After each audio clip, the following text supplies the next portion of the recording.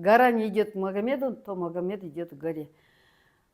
С грудным ребенком на руках пошла, короче, искать сферу деятельности и нашла маникюр. Хотя я до замужества, вот до этого времени, до 27 лет, никогда на маникюр не ходила. Өзіме өзім макияж жасап, өзіме өзім образ жасап алатын адам болдым. Это у меня был потенциал всегда. И поэтому маникюрдан бастадым. Времянкада отырып, балалар жаңағы көршілерге жасап, одан кейін садикке барып, мектепке барып, сөйтіп жүріп наработала себе клиентов. Потом 3 комнаталы квартираның жаңағы бір комнатасын дамский комната алып қойдым. Сөйтіп, сол тапқан біліммен мен киім алмайтынмын да. Бір алтын алмайтынмын да. Алған осы 13 жылда бьюти сферада жүріп тапқан табысыма алған дүнием ақ шуба ғана болды өзіме. 350 000 теңгеге ақ шуба сатып алдым, болды. Ал мен оның бәрі айтатын, жаңа неге алтының жоқ, неге анау жоқ, неге мынау жоқ. Жаңа көзбен ғой барлығы материальный. А мен оның бәрін білімге салатын. Потому что мен маникюрда отырып, мен түсінетінмін, что маникюр болып, мен 50 жасымда маникюрный мастер болып отырмаймын. 50 жасымда макияж прическа жасап жүрмеймін. Мен өзімді одан да алыс басқа бір неден көргім келді. Ал шын мәнінде мен білімге қатты құштар болдым. Құштарлығым соншалықты бүкіл тапқанымды білімге сала береді екен. Менің білім алғаннан туыстарым да байым да жалығып кеткен ғой. Уже ақша таппайсың, білімге сала бересің деп. Бірақ мен қазір түсінем, білімге салған адам ұтылмайды екен. Өйткені действительно менде выгорание көп болды, білімді сатам деп талай неден жаңағы наставниктардан да, менторлардан да қаншама білім алдым. Өзімнің курсымды запускать етем деп жүріп, жаңағы ошибкаларын табу үшін таргетологты да оқыдым, мобилограф, СММ, все, что нужно было, отучилась. И это все не дало вообще результата. В плане результат был, но дохода не было. Оказывается, сол кезде мен айтам, егер расстановка методикасын білгенде, мен өзімнің ақшаға деген, білім арқылы ақша табуға болады деген блогымды алып тастағанда, может быть, было бы по-другому. Но все должно было случиться именно так, чтобы я перед вами стояла сегодня и давала свои знания. И к этому нужно было прийти. Это был мой путь. Раньше я как-то думала, что я не так, как-то неправильно иду. Оказывается, к этому, чтобы прийти, надо было пройти через вот это все. Поэтому я с благодарностью принимаю то, что со мной произошло, свой путь, свою судьбу. И сейчас я очень рада, что я выступаю перед вами. Я надеюсь и очень, я верю, что у меня так и будет, что у меня передо мной будет сидеть очень большая аудитория. Ана жолғы 2 адам келіп отырды, но мен ешқашан жаңағы 2 адам екен деп мен сенбей бермей қоймаймын. Я отдаюсь на 1000%, потому что я понимаю, что это подготовка, это репетиция, что это не как бы Всевышний меня готовит к чему-то. А если я сейчас готова уже отдаваться, как алдымда 100 адам отырған сияқты беріле алатын болсам, значит, Алла Тағала сол адамдарда келеді. Ал ол адамдар бізде миымыз ақша деп ойлауы мүмкін. Шын мәнінде маған қазір ақшадан қарағанда үлкен құндылық бар. Это уже служение Всевышнему ради удовольствия его. Адамдарға құндылық берген кезде, бір адамның өмірінің өзгеруіне әсер етсең, пайдалы болсаң, ал пайдалы болған адамның дәрежесін Алла Тағала көтеріп отырады. Сондықтан сіздердің алдарыңызда выступает Нариман, которая служит вам сегодня. Я очень благодарна, что вы пришли. Я всегда говорю, все хотят, но не все готовы. И, конечно же, не все дойдут. Это статистика, потому что за страхом идти очень сложно. Сейчас мозг, конечно, работает на тех людей, кто боится. И, конечно же, вот этот все показывает. Жаңағы не бар ғой, мидың шектеулері бізді до такой степени шектей алады, что біз даже аң істемеген дүниелерді істейтіндей дәрежеге жетеміз. А ол деген Алладан алыстау. Аллаға жақын болайық, білімге жақын болайық. Білім арқылы ғана біздің көзіміз ашылады.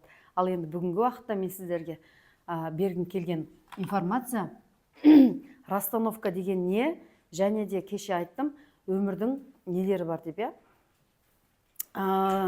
законы жизни, өмірдің заңдары бар. Кез келген жерде өмірдің заңы бар. Өмірдің заңы ғой деген бір қазақта сөз бар ғой, ол өмірдің заңы ғой деп. Негізі біздің қазақтың кез келген сөзі өте дана, терең мән мағынасы. Просто оны біз мақтап елге айтып жария етпейміз, содан кейін бәрібір Америка ашқан сияқты келіп жатыр ғой шетелден. А шын мәнінде оқып қарасаң, ол біздің уже салт дәстүрде баладан айтып жүрген нәрсе. Сондықтан өмірдің заңы деген әртүрлі өмірдің заңдары бар. Бірақ мен бүгін сіздерге ақшамен қатысты өмірдің заңымен таныстырғым келіп отыр. Ол деген негізі бізде бір жағынан бір сөзбен айтқанда ақша деген не? Энергия дейміз, бірақ ол энергия деген екенін түсінбейміз. Шын мәнінде энергия деген енді ол орысша айтылғанда, қазақша ол ризық. Ал ризықтың ішінде барлығы жатыр, ризықтың ішінде денсаулық та жатыр, береке де жатыр, молшылық та жатыр. Бізде молшылық деген сөз бар, изобилие дейміз, а молшылық деген мысалы не? Оның үйіп төгіліп бір өзінен өзі бір келе береді, келген дүниенің берекесі бар жаңағы. Вроде 100 000 теңге, мимен 100 000 теңге табасың, бірақ соның берекесі миллионнан да көп, Ал сен миллион табуың мүмкін, ешқандай берекесіз кетуі мүмкін. Сондықтан мәселе ақшада емес болып тұр ғой. Мәселе соның берекелі болуында болып тұр ғой. Ал берекелі болуы үшін сол ризық молшылықпен келіп тұру керек болып тұр. Ал ол молшылықпен келуі, оның ризықтың берекелі болуы біздің қабылдауымызға ғана байланысты. Кейде біз андай өмірдің қандай да бір заңын бұзуымыз, ол деген біз өз орнымыздан кетіп қалу. Расстановка деген методиканы мен мысалы қазір әркім өзінің алған біліміне байланысты бағыттап алып кетіп жатыр. Шын түбінде мен әркімнің өз түсінігімен беретінін мен түсіндім. Мысалы апельсин бар, апельсин бар. Сіздер апельсин жеп көрген жоқсыздар. Мен бірақ сол апельсиннің бір дәмін көрген адаммын. Сіздерге келемін сол апельсин жайлы айта бастаймын. Сіздер сол апельсин менен естіп алғанмен айтасыздар. Сөйтіп жаңағы апельсин жайлы информация әртүрлі болып тарайды ғой.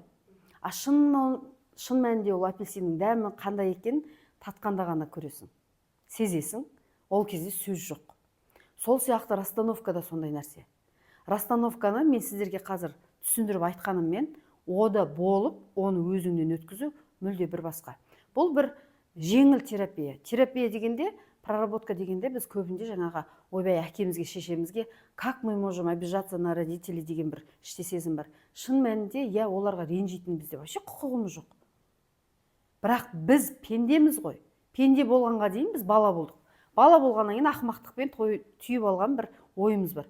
Сол кезде біз заң нарушать етіп жатыр екенбіз, қандай да бір иерархияны бұзып жатыр екенбіз деген ой болды ма? Болмады. Бірақ сол ойлар бізде әлі күнге дейін бөгет жасап келеді. Өйткені ол дегенің жаңағы өмірге деген көзқарас.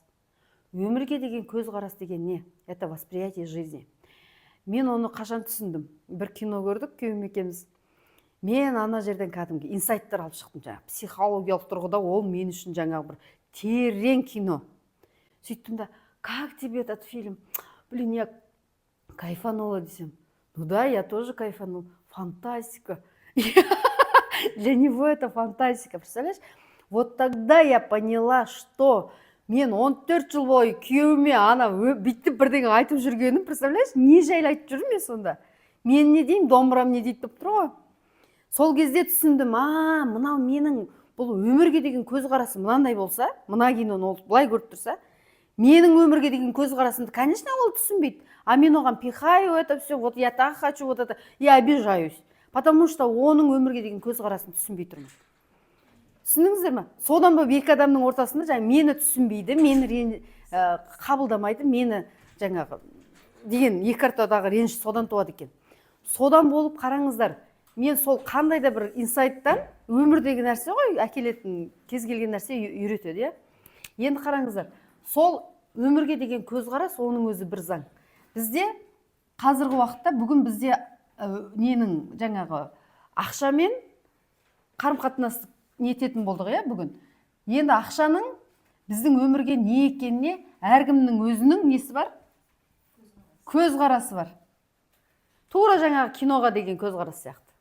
Сіздің өмірге деген көзқарасыңыз құралған көзқарасыңыздан болып, ақшаға деген көзқарасыңыз тура сондай. Жаңағы фильм сияқты. Менің күйеуіме фантастика болып көрінген кино, мен үшін анау енді психологиялық прям шашып тастаған бір бүкіл психология сол жерде. Қаншама мен инсайт алып шықтым да. А ол просто фантастика. тура сол сияқты сіз ақша сізге дұрыс келмей жатса, сіздің өміріңізде ақша минуспен келіп жатса, значит сіздің көзқарасыңыз басқаша, дұрыс емес. Значит сіз ақшадан басқа нәрсе көріп тұрсыз. Ал егер сіздің ақшаға деген көзқарасыңыз дұрыс болса, ақша сізге ақшалай келіп тұрушы еді. Түсіндіңіздер ме? Сондықтан проблема ақшада емес. Проблема біздің көзқарасымызда ғана. Түсіндіңіздер ме? Ал психологиядағы жаңағы традиционный психология деген жаңағы ситуацияларды разбирать етеді. Қай кезде сен жаңағы, мысалы менің көрген киномды күйеуім түсінбей қалды деп айтам да мен. Содан болып мен ренжідім деп соны ситуацияны рассказываю. Бірақ мәселе ситуацияда емес қой. Мәселе сол ситуация оны көрсетіп тұр. Ол іштегі себепті көрсетіп тұр. Нариман, сенің өмірге деген көзқарасың басқа, оның өмірге деген көзқарасы басқа, сен одан не қалап тұрсың енді дегенді көрсетіп тұр ғой. Ал мен оны келемін да трагедия қылып, содан проблема создаймын, сөйтіп өмірімізді жаңағы не істейміз? Қиындата түсеміз, иә? Сондықтан мына жерде күйеумен жаңағы отношения болса, күйеуіңіз здесь не при чем.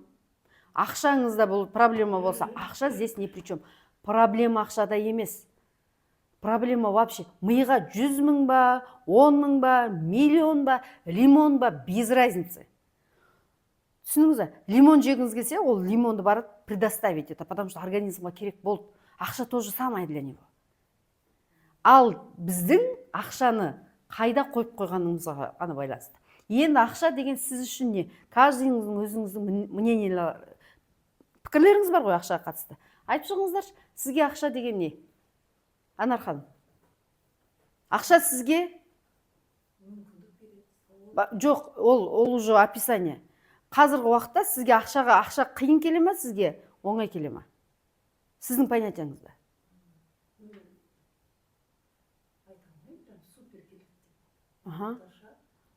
Но егер көп ақша тапқыңыз келсе, айына 5 миллион тапқым келеді десеңіз, сіз үшін ол сразу айтыңызшы, мен 5 миллион тапқым. Қандай ой бірінші келеді? Вот, көрдіңіз бе? Мына кісіде сізде көп жұмыс істеу керек деген келіп тұр, иә? Значит, көп жұмыс істегенде ол адам дегенде, значит, көп ақша табу үшін көп жұмыс істеу керек. Иә, жақсы жұмыс істеу керек. Сізде көп ақша табу үшін мен бар ғой да, лично өзім да, жұмыс жасамасам да, мынандай ақша қиын келеді деп ойламаймын. Наоборот, менің миымда, наоборот, ақша жеңіл келеді. Жеңіл келеді. Сіздің енді өміріңіздегі қалағандай өміріңізді сүріп жатырсыз ба? Енді соған значит, жоқ, вот по факту біздің миымыз алдамшы, алдайды да бізді утешать етіп жаңа. Бармай-ақ қой, Нариманның мастер-классына бармай-ақ қой, онан да балаң бүйтсей, анандай бүйтсей, сөйтсей. Ол сөйтіп алып кетеді. Сіз ауру бар ма? Сіз ауруды мойындаған кезде емдеуге көшесіз да. Мойындамайынша белім ауырады деп қаншама елдер жүр сомен.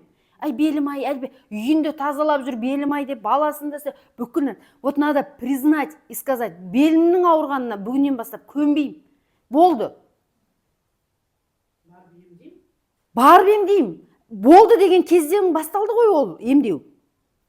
Сол шешім қабылдаған кезде басталған жоқ па? Сен шешім қабылдамайынша, сен тоқтатпайынша ол тұра береді.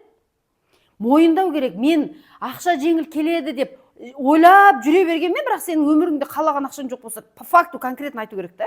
Значит, сіздің миыңызда өмірде деген ақшаға деген қарым-қатынасыңыз какой-то ой бар. Сол не болып тұр? Вот вопрос, мәселе жаңағыда ақшада емес болды ғой.